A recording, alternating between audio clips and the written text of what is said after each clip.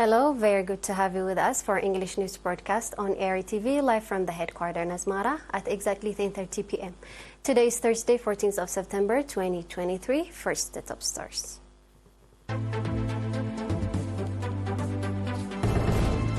Occurrence of earthquake 41 kilometers south of Massawa. Seminar on ensuring safety of food.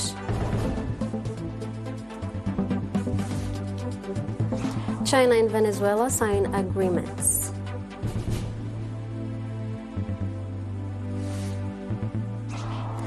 Taliban welcomes first new Chinese ambassador.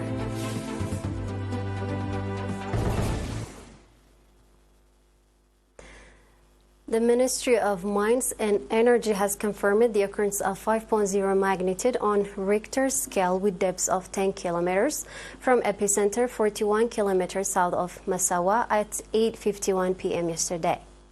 The tremor was felt in Asmara, Massawa, Mandafera, Ad Ghayih, and San'afa and its surrounding. It's to be recalled that on 1st of August this year, 5.6 Richter earthquake occurred in Erafile area, North Red Sea region, followed by 4.7 scale earthquake the next day in the same area. The Regulatory and Supervision Branch in the Ansaba region arranged a training for outstanding farmers in the Haggaz subzone with an emphasis on ensuring food for both humans and animals.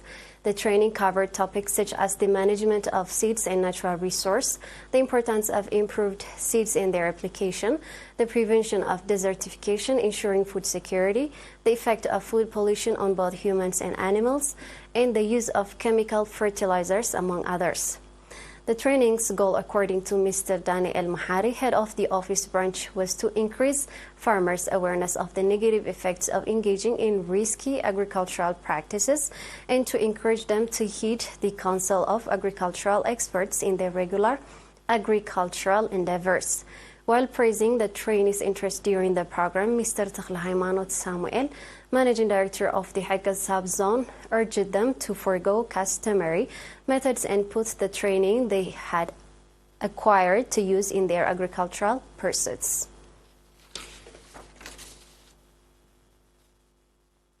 The National Union of Eritrean Youth and Students branch in the southern region provided Dendan Award to 345 outstanding students that scored higher points in the 2022-2023 academic year National School Living Examination. At the handing out event organized on 13th of September in Mandafera, Mr. Girmay Gabru, head of the union branch, indicating that encouraging students is one of the objectives of the union and that every year the union, in collaboration with the Ministry of Education, is providing Dendan and Endamaso awards to outstanding students. Mr. Gabra Mikael Uqba Mikael from the Ministry of Education branch, commending the initiative the National Union of Eritrean Youth and Students is exerting to encourage outstanding students, called on the awardees to work hard for the success of their higher education. The awards expressed gratitude for the prize and their willingness to put in a lot of effort to succeed in their higher education studies.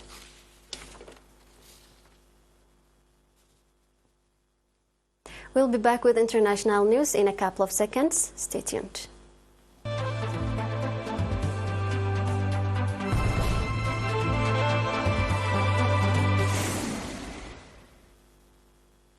Chinese President Xi Jinping and Venezuelan counterpart Nicolas Maduro have signed bilateral cooperation agreements in areas such as economy, trade and tourism. This is according to state broadcast China's Central Television, CCTV.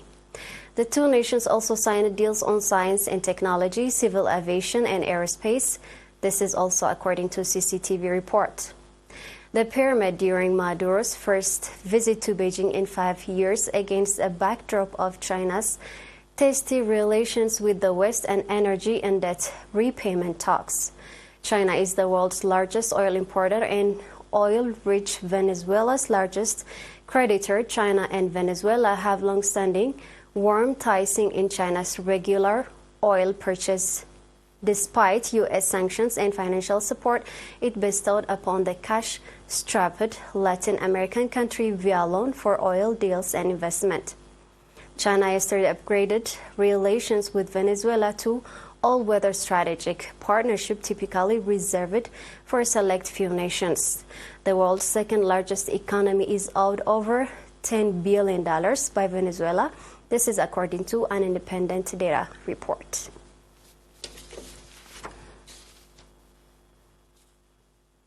China has become the first country to name a new ambassador to Afghanistan since the Taliban retook power in 2021. The Taliban said Zhao Xing's appointment is a sign for other nations to establish ties with its government. No other country has recognized the Taliban government, which has been criticized over human rights violation and crushing women's rights. Analysts say Mr. Zhao's appointment is part of China's move to cement its influence in the region. Afghanistan is at the center of a region that is key to Beijing's Belt and Road Infrastructure Initiative. Beijing has previously said that it wants to invest in Afghanistan's natural resource estimated to be worth $1 trillion. This includes extensive copper, lithium, and gold deposits.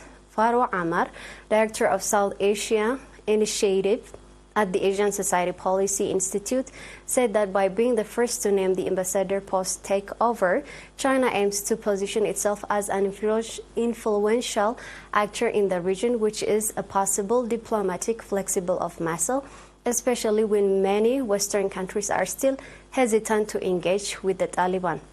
China's foreign ministry yesterday said it will continue advancing dialogue and cooperation with Afghanistan and that its policy toward the country is clear and consistent. Now we have a quick review of the top stars.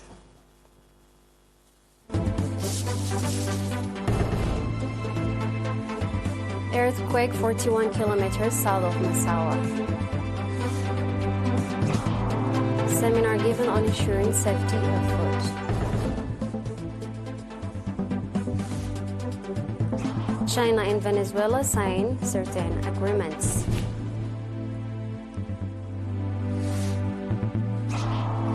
Taliban welcomes first new Chinese ambassador. It was me, Salem Burhana, with the news for tonight. Thank you for being with us. Have a good night.